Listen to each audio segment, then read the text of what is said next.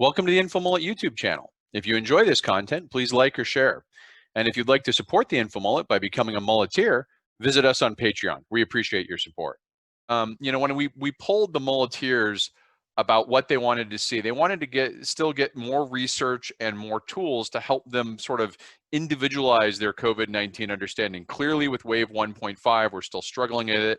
It's been 18 days in August. We've had 18,000 deaths, over 18,000 deaths. So we're pushing over 1,000 dead every day on average over the last 18. So we're still struggling with it. And people are looking for more tools and choices about as they have to confront going back to school, or they're going to college, or they're having to work at a school or a college, or they're looking at business. They want to understand, how can I calculate risk and understand that? So the first thing I want to do, and it ties in with some of what we're going to do, is National Geographic has released a pretty good interactive tool, which measures the risk of airborne COVID-19 in office, classroom, bus ride, things like that. So the link for this is down below. And what it does is it has some settings here that you can adjust. And these are all adjustable. You go in an area, you put the percent in. I'm just going to go through an overview and then show you how to do this. Your percent of population that's infected, you're wearing a mask what percent of the time, be honest, and have visited this area how many times. See, this is an area I like about this model because it assumes that we're not just doing a one-off event.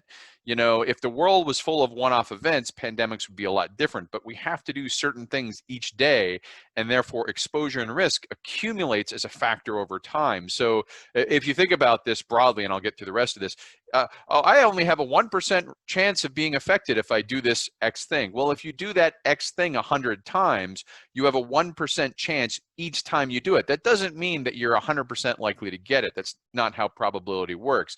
But it certainly risks that 1% a whole lot of times, and the accumulated risk adds up. So they go through this, how many times have you visited this place or participated? How much space is between people? These are now being published a lot for workplaces and schools, their targeted space. And how many of the other people are wearing a mask, and what percent effective is that mask? And then it calculates it across 6 different things. An indoor gathering is what they describe as sort of a poorly ventilated, pervasive talking environment. Think of this as probably going to be the worst case scenario. Your energy efficient office, moderate talking, moderate movement. Classroom, they put a classroom in here. Outdoor activity, jogging, running, things like that. Subway ride, I know a lot of people are concerned about public transportation and bus rides. So you can actually model each one of these and see what your accumulated risk. Oh, and they also at the bottom of the chart, so each chart shows a percent likelihood of infection over the hours you spend in that exposure. So if you're in a classroom for only 20 minutes, that's a lot different than being a classroom for 3 hours.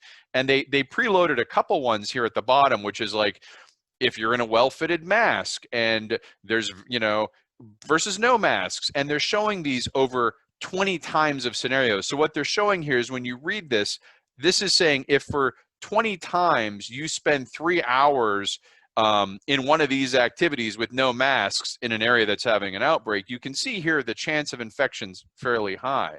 And this is a good tool for testing. If your school sends information and says, this is the feat, I'm going to calculate this now for North Carolina because Chapel Hill's in the news.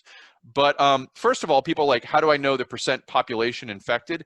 Most reporting now will give you a 7-day moving average of the daily new cases per 100,000 cases. And it's pretty simple. 1,000 per 100,000 is 1%. But you need to remember that that's the daily new, and people are infectious for 14 to 20 days. So what you need to do is take that daily 7-day moving average new daily case rate, multiply it by 14 or 20 times, and from that, then you take that as 100,000. So I did that for Chapel Hill, which I'm just picking out. Let's say they're about 1.5.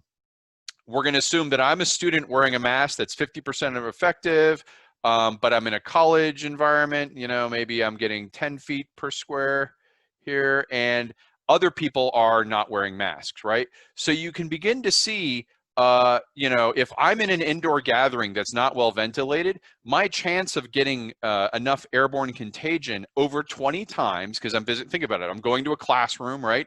I'm going to be in a classroom. It's got a lot of people. There's, you know, we're sitting in desks. I'm going to be there at least 20 times over the course of the semester. You can see it's rising here. Not all classes are 3 hours, obviously, but you can begin to play around with these numbers to understand where the risk is and what difference masking effectiveness makes.